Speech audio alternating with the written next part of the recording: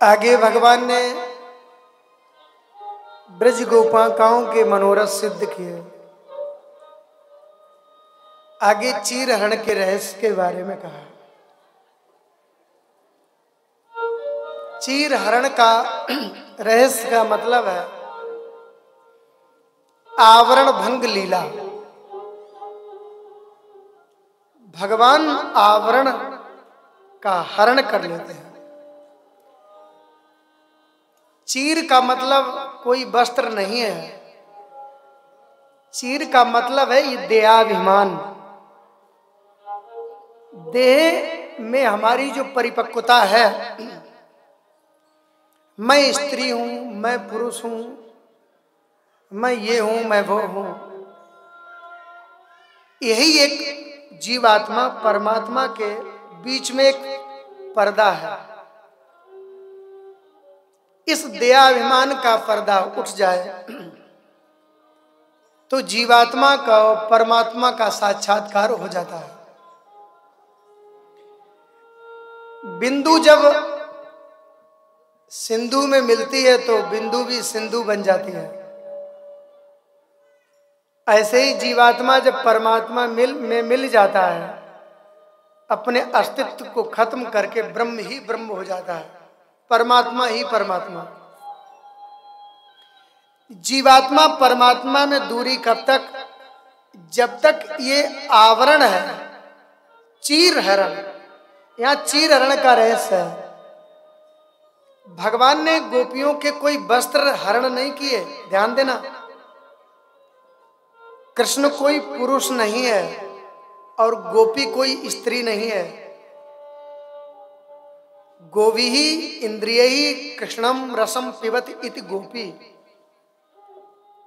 प्रत्येक इंद्रिय से जो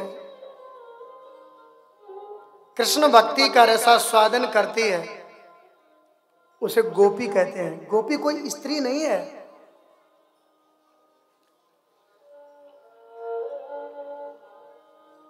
विश्व की चरमों पर भक्ति का नाम गोपी है।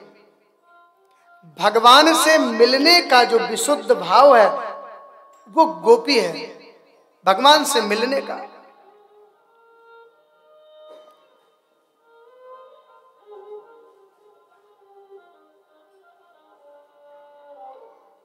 कृष्ण रूपी ब्रह्म ने जीव रूपी गोपी के अविद्या रूपी वस्त्रों का हरण किया है। देहाभिमान रूपी वस्त्रों का हरण किया, ना कि अन्य प्राकृत वस्त्रों का हरण नहीं किया। जिन गोपियों का भगवान ने चीर हरण कर लिया, उन्हीं गोपियों को महारास में प्रवेश मिला। ध्यान देना, जीवात्मा परमात्मा के विशुद्ध मिलन को महारास कहा गया। हम लोग जो कथा सुनते हैं 3-3, 4-4, 5-5 घंटे, इसका मतलब ही यही है भगवान हमारा भी चीर हरण कर ले और हमारा भी चीर हरण हो जाए तो हमें भी महारास में प्रवेश मिल जाए। चीर हरण, चीर का मतलब मैं स्त्री हूं, मैं पुरुष हूं, मैं ये हूं, मैं वो हूं। देहाभिमान की परिपक्वता ही ये चीर है। और जितना जितना ज्यादा देहाभिमान होता है, शरीर की सत्यता सुंदरता का जिसको बोध होता है, उसी में वासना का उदय होता है। ध्यान देना, उसी में नीरसता का जन्म होता है। नीरसता से जड़ता का जन्म होता है। भैया अभी नाश्ता पानी हो गया हो तो बैठ जाओ, बोलो जय श्री कृष्ण। हाँ, भंडारा हो गया हो तो थोड़ी देर के लिए बैठ जाओ, कथा हो जाने दो, बोलो जय श्री कृष्ण। सुखदेव जी कहते, राजन ये चीर हरण का रहस्य है। गोवी इंद्रिय ही कृष्णम रसम पिबति इति गोपी। भगवान ने ये रहस्य समझाया। आज कन्हैया गोपियों के घर में गए, ध्यान देना। आज जिसके भी घर में जाते हैं सबके घर में बड़ी बड़ी कढ़ाई चढ़ी हुई है, 56 प्रकार के व्यंजन बन रहे हैं। आज कोई कन्हैया से बात नहीं करता, कोई स्वागत नहीं करता। आज मैया यशोदा भी सवेरे से मुंह में पट्टी बांध करके रसोई में लगी है। कन्हैया को आज अजीब सा लग रहा है, आज मुझसे कोई बात ही ना करे। रसोई में मैया काम कर रही थी।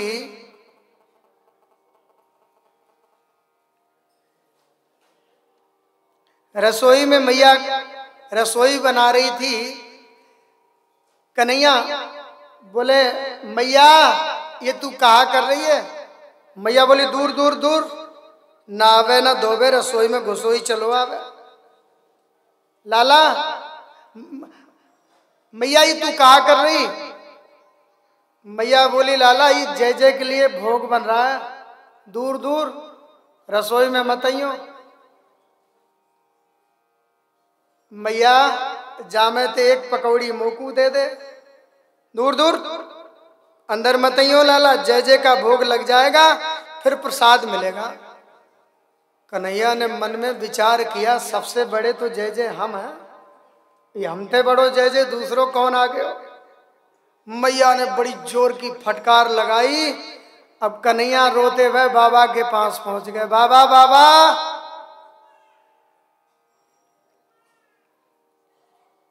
हाँ लाला। मैया रसोई बना रही थी, हमने जाकर के मैया से कहा, मैया जामे ते थोड़ा मोकू दे दे, तो मैया ने बड़ी जोर की फटकार लगा दी। मैया बोली, जय जय के लिए भोग बन रहा है, बाद में यो लाला। बाबा ये जय जय कौन सी बलाए है? नंद बाबा बोले, लाला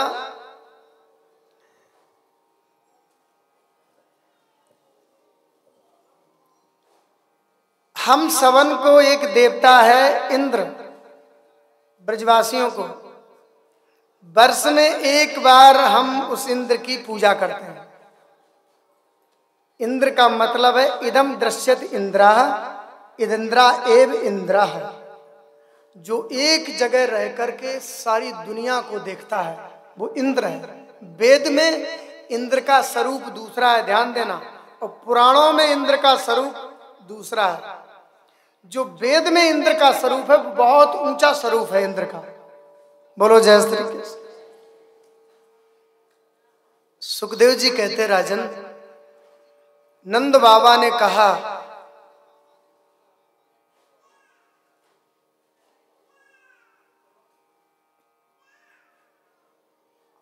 बोलो जय श्री कृष्ण। नंद बाबा ने कही, लाला तो को चिंता नहीं करनी चाहिए, ये इंद्र की पूजा होती है वर्ष में एक बार। कन्हैया बोले, बाबा इतने वर्षों से आप इंद्र की पूजा कर रहे हो, कभी इंद्र ने आपको दर्शन दिए, भोग लगाया?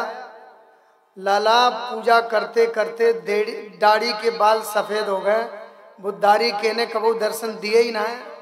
कन्हैया बोले, दर्शन भी ना देगो?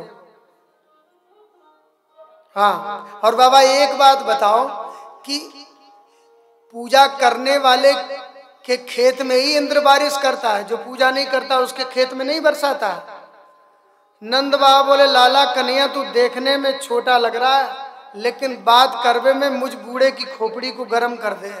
तू अपनो मतलब बता, इतुत की बात मत करे।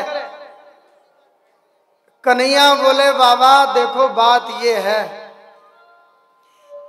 दुनिया में यदि ईश्वर नाम की कोई चीज है तो वो भी फल देता है कर्म करने वाले को। अब यहां भगवान कर्म पर जोड़ देते हैं। कर्मणा जायते जंतु कर्मणैवा विलीयते, सुखम दुखम भयम क्षेमम कर्मणैवा विपद्यते। अस्ति चेदीश्वरा कश्चित फल रूतन कर्मणाम कर्तारम भजते सोपी नाय कर्तुम प्रभु ईसा। परमात्मा जो है वो कर्म करने वाले को फल देता है। जैसा अपन कर्म करते हैं वैसा फल बन करके आता है। करो धरो कुछ भी ना है, फल मिल जाए तो कहां से बनेगा? नहीं है तो आप ये पक्का करके देख लीजिए। अभी आप कथा सुन रहे हो, कथा सुन करके अपने घर में जाना और कमरे में जाके बंद हो जाना, अंदर से ताला लगा करके चाबी खिड़की से बाहर कर देना और दुपट्टा तान करके सो जाना। अब भगवान की इच्छा हो तो भोजन यहीं पर ले आए। अब देखो भगवान भोजन लेकर के आते हैं कि नहीं। भूख मारे जान भी निकल जाए पर भगवान को लाना होगा तब भी नहीं लाएंगे। भगवान कहेंगे हाथ दिया हूं, पैर दिया हूं, बुद्धि दिया हूं, कर्म तो करता नहीं है, मेरे सहारे पड़ा। किसान खेत में अनाज डालता है, पानी देता है, कुछ काम किसान को करना पड़ता है, फिर सब कुछ परमात्मा करते हैं। किसान और काम कर सकता है पर एक दाने से 1000 दाने नहीं बना सकता है। जो किसान नहीं कर सकता है वो परमात्मा करते हैं। इसलिए कुछ काम जीवात्मा को अपना कर्म निष्ठा से करना चाहिए और कर्म हमारा इतना अच्छा हो जिसमें गड़बड़ घोटालाबाजी ना हो, क्योंकि जैसा कर्म करते हैं वैसा फल निश्चित बनता है। ये ध्यान रखना, ऐसा कभी नहीं होता है कि आप कर्म करो उसका फल ना बने। फल जरूर बनेगा, अच्छा करो बुरा करो उसका फल बनता। ये बताया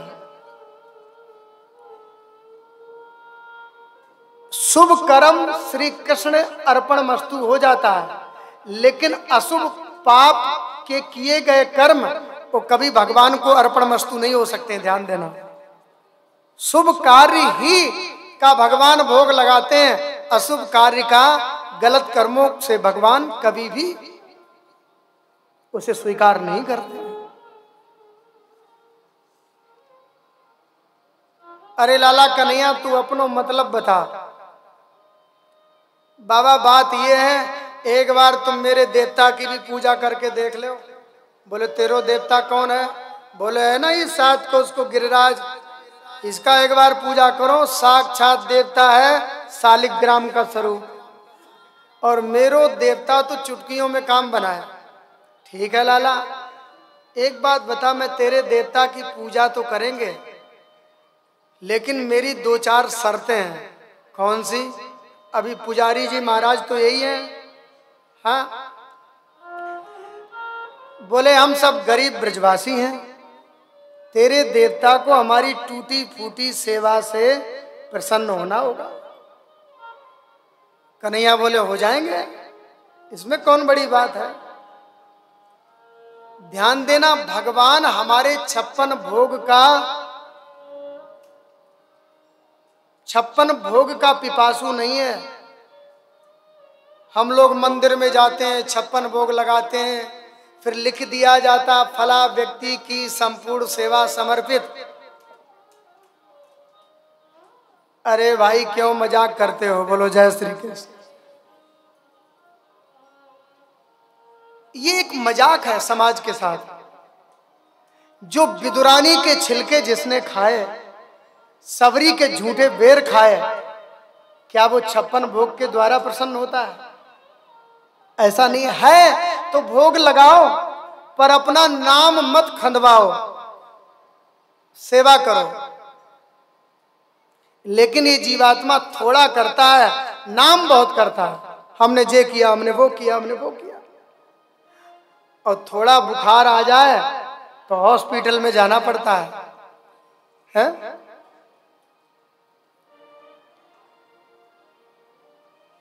जो कुछ आपके पास है वो किसी का दिया हुआ है। दी हुई वस्तु पर अभिमान कैसा है?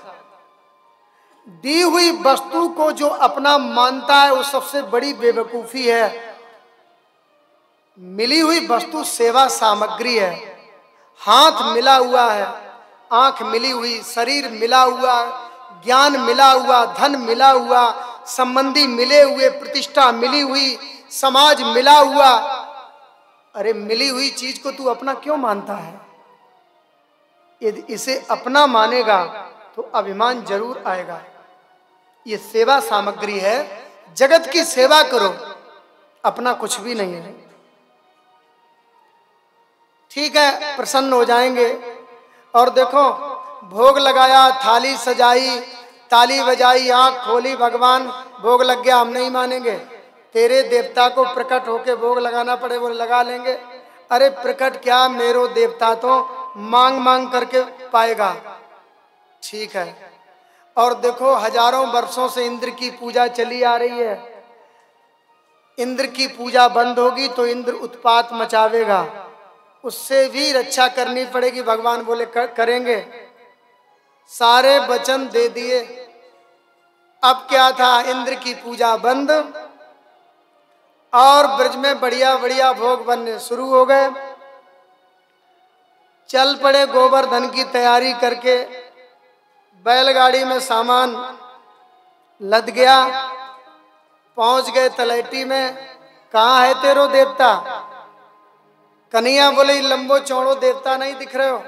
हे भगवान, इतना लंबा चौड़ा देवता?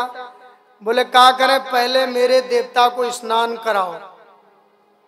अब ये जल भर भर के लाते हैं, स्नान कराते हैं। स्नान सब सवेरे से स्नान कराना प्रारंभ किया, शाम हो गई। ब्रजवासी कमर पकड़ के खड़े हो गए, अरे लाला सवेरे से शाम हो गई, स्नान कराते हुए तेरे देवता के चरण को नख भी गीला नहीं हुआ। कन्हैया बोले तो क्या चाहो? लाला हम ये चाहते हैं कि जमुना जी यहीं आ जाए पास में। भगवान बोले आंख बंद करो। भगवान ने मन से मानसी गंगा प्रकट की, ऐसा वर्णन आया है। अब सब जल भर भर के लाएं, स्नान कराएं, अभिषेक हो गया। बोले भोग सजाओ, भोग सजा दिया। भगवान ने मुद्रा बनाई, उधर भोलेनाथ भी आ गए, भोग लग गया। एक रूप से भगवान नीचे पुजारी बने खड़े हैं और दूसरा रूप लेकर के ऊपर प्रकट हो गए, लाओ ब्रजवासियों भोग, लाओ ब्रजवासियों भोग। इधर डलिया की डलिया आती हैं और स्वाहा होती चली जा रही हैं। सारा भोग चला जा रहा है। मधुमंगल बोलो, लाला कन्हैया एक बात बता, क्या बात है? इधर आ मेरे पास में। पास में आए मधुमंगल, बोला लाला मुझे लगता है तेरा देवता बहुत दिन से भूखा मालूम पड़ता है। तेरी और तेरे देवता की कोई अंदर अंदर साठ गांठ लग रही है कुछ। कन्हैया बोले ऐसे मत बोलो, तुम अपना मतलब बताओ। मधुमंगल ने कहा लाला तेरो लाला जो है, तेरो जो देवता है ना, ये बताओ थोड़ा बहुत प्रसाद फरसाद छोड़ेगा कि अकेले ही सब खा जाएगा? भगवान बोले चिंता मत करो, प्रसाद मिलेगा ही। इतने में नंद बाबा बोल पड़े, लाला कन्हैया तेरी शकल और तेरे देवता की शकल हमें एक जैसी लग रही है। भगवान बोले काम बिगड़ ना जाए कहीं। जल्दी से कन्हैया ने बात बनाई, बाबा तुम ना जानो, जा गैया को दूध मैं पीऊं और बाई गैया को दूध मैं अपने देवते पिवाऊं। तो एक गैया का दूध पीते पीते हम दोनों की शकल एक सी हो गई है, तुम शंका मत करियो। अरे लाला तभी हम कह रहे थे तेरी शकल और तेरे देवता की शकल एक सी मिल रही है। अब इधर भोग लग गया, प्रसाद वितरण की तैयारी। उधर इंद्र को पता चल गया। इंद्र ने कहा वाचालम बालिशम स्तब्धम अज्ञम पंडित मानिनम। ये ब्रजवासियों को देखो, वाचाल कृष्ण के चक्कर में आकर के मेरी पूजा बंद कर दी, इसने अपनी पूजा करा ली। फिर क्या था, इंद्र को क्रोध आ गया। इंद्र ने सावर्तक नाम की मेघ मालाओं को आदेश दिया। ये मेघ जो है ना, अलग अलग प्रकार के मेघ बादल होते हैं, सबके पास अलग अलग जल की मात्रा होती है। सावर्तक नाम की मेघों को आदेश दिया जाता है प्रलय के समय पर। इंद्र ने सावर्तक नाम की मेघ मालाओं को आदेश दिया, जाओ ब्रज में कोई एक भी घर, एक भी गांव बचना नहीं चाहिए, इतनी जोर की बारिश करो। हाथी के सूंड के बराबर मोटी मोटी धाराओं से बारिश होने लगी। कृष्ण कृष्ण महाभागे तन्नाथम गोकुलम प्रभो। नंद बाबा बोले हम पहले ही कर रहे थे भैया, हम 82-83 वर्ष की उम्र हो गई, ऐसी बारिश हमने भी जीवन में नहीं देखी। हम पहले ही कह रहे थे इंद्र कोप करेगा, कैसे रक्षा होगी। सभी आ गए कृष्ण की शरण में। बारिश होने लगी। भगवान ने कहा चिंता मत करो, जिस देवता ने पूजा करवाई है वही रक्षा करेगा। भगवान ने कहा कि मेरे देवता ने मेरे कान में एक बात कही दी। क्या? उसने कहा है तुम सब मिलके छाता बना लो। कैसे? भगवान ने उस गिरिराज को उठा लिया। नक पर धार लियो गिरिराज, नाम गिरधारी पायो। बोलिए गिरवरधारी भगवान जय। भगवान ने अगस्त मुनि को कहा तुम जल पियो। रामावतार का निमंत्रण बाकी था। और सुदर्शन चक्र से कहा तुम जल को सुखाओ। शेष नाग से कहा जल अंदर मत आने देना। सबको आदेश दे दिया, उपदेश दे दिया। सुदर्शन चक्र जल को सुखा रहे हैं, अगस्त जी जल को पी रहे हैं।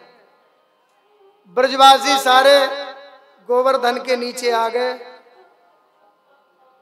7 दिन हो गए, ब्रजवासी काना फूसी करने लगे। कोई लठिया लगाए, कोई कंधा लगाए हैं। कन्हैया की तरफ टुकुर टुकुर देख रहे, भाई ये 1.5 हड्डी को छोरा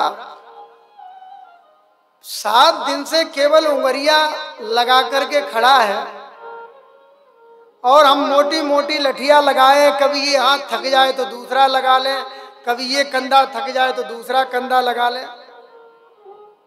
अरे इसको भी थोड़ा विश्राम करना चाहिए। ब्रजवासी बोले लाला कन्हैया एक बात बता, हमारो ये कंधा थक जाए तो दूसरा लगा लें, कभी दूसरी लठिया बदल लें। तू इतने दिनों से तेरे को थकान नहीं भई है? चल चल थोड़ा सा विश्राम कर ले। कन्हैया बोले ब्रजवासियों हम विश्राम करेंगे तो गिरिराज नीचे आ जाएंगे।